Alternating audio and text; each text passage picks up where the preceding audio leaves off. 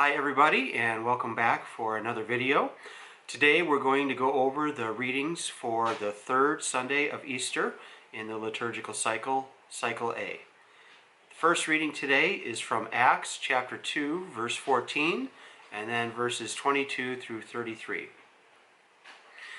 Then Peter stood up with the 11, raised his voice and proclaimed, "You who are Jews, indeed all of you staying in Jerusalem, let this be known to you, and listen to my words. You who are Israelites, hear these words. Jesus the Nazarene was a man commended to you by God with mighty deeds, wonders, and signs, which God worked through him in your midst, as you yourselves know.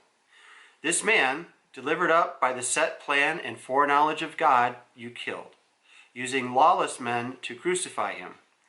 But God raised him up, releasing him from the throes of death, because it was impossible for him to be held by it. For David says of him, 'I saw the Lord ever before me, with him at my right hand I shall not be disturbed. Therefore my heart has been glad and my tongue has exulted. My flesh, too, will dwell in hope, because you will not abandon my soul to the netherworld, nor will you suffer your Holy One to see corruption. You have made known to me the paths of life. You will fill me with joy in your presence.' My brothers, one can confidently say to you about the patriarch David that he died and was buried, and his tomb is in our midst to this day. But since he was a prophet and knew that God had sworn an oath to him that he would set one of his descendants upon his throne, he foresaw and spoke of the resurrection of the Christ, that neither was he abandoned to the netherworld, nor did his flesh see corruption. God raised this Jesus. Of this we are all witnesses. Exalted at the right hand of God, he received the promise of the Holy Spirit from the Father and poured him forth, as you see and hear." Okay, today in the first reading, here we have Peter explaining the resurrection and its foretelling and its predestiny to the other apostles and the Jews. The Holy Spirit had just come upon them in Pentecost, and Jesus had told them to go out and make disciples of all the nations, so that is what Peter was doing. They were getting fired up to go out and spread this good news. Peter made 5 of these proclamations in the time after Pentecost about the resurrection of Jesus and its importance. God performed miracles through Jesus in their midst to fulfill God's plan and to show them the way to encourage the faith among the people they were talking to. This passage also talks about Jesus' link to David in his somewhat royal heritage family tree. Okay, and then the second reading today is from 1 Peter chapter 1, verses 17 through 21. "Beloved, if you invoke as Father him who judges impartially according to each one's works, conduct yourselves with reverence during the time of your sojourning, realizing that you were ransomed from your futile conduct, handed on by your ancestors, not with perishable things like silver or gold, but with the precious blood of Christ as a spotless, unblemished lamb. He was known before the foundation of the world, but revealed in the final time for you, who through him believe in God, who raised him from the dead and gave him glory, so that your faith and hope are in God." Okay, in the second reading today, it's talking about that the Father is a just judge, and it's saying that Christ's blood is worth more than gold and silver, and it's also more meaningful than gold and silver, and that Christ's blood was their ransom. Through Jesus' death and resurrection, God drew us to him so that we might believe. The part about he was known before the foundation of the world is a reference to the pre-existence of the Trinity, one of our Catholic beliefs, that the Trinity existed before all creation. The part about revealed in the final time is probably a reference to the fact that they thought the end of the world was near and that they were presently living in the final time.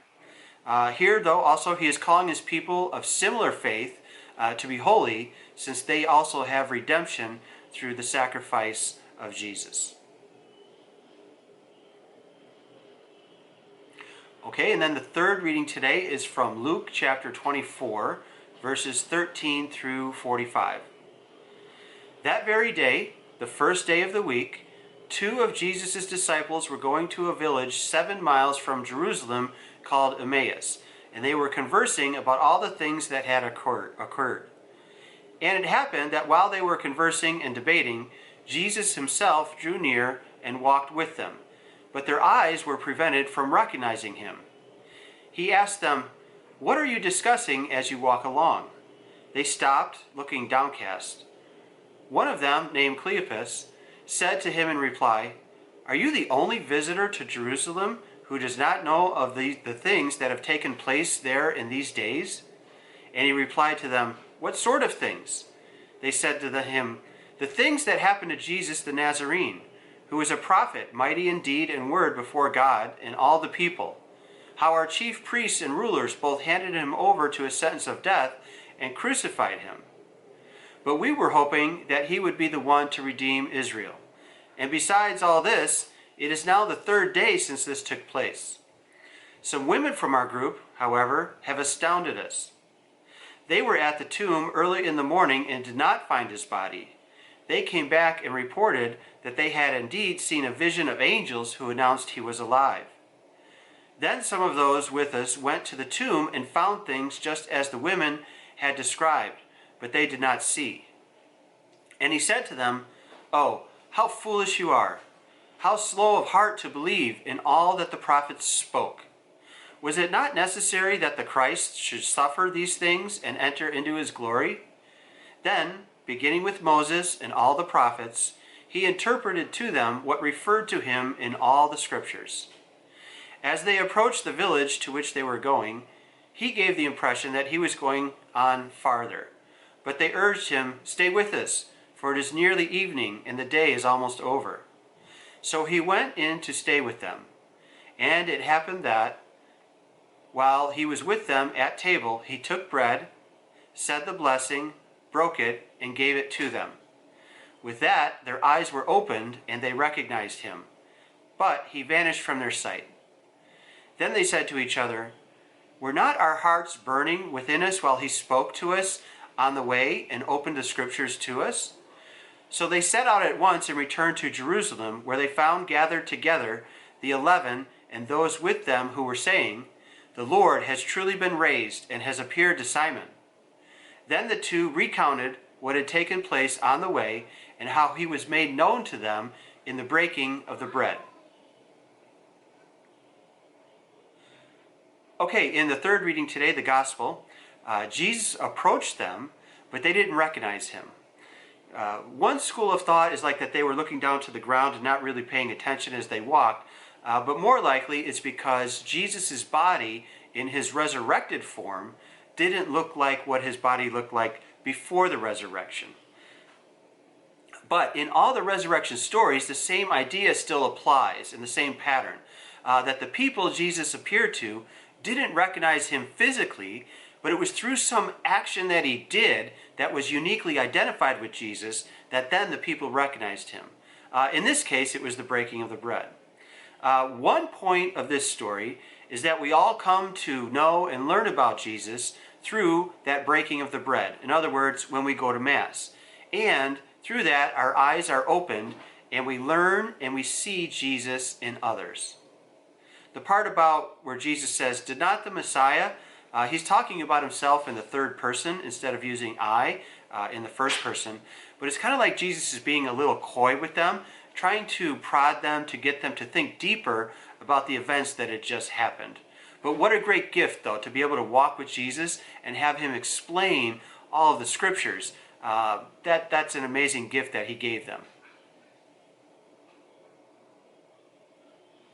Okay, that concludes our review of the scriptures for today, the third Sunday of Easter. If you have any questions, as always, feel free to email them to me, and we can continue our discussion on this by email. I hope you have a good week, and I'll see you again next week for another video on the scriptures. Take care. Bye.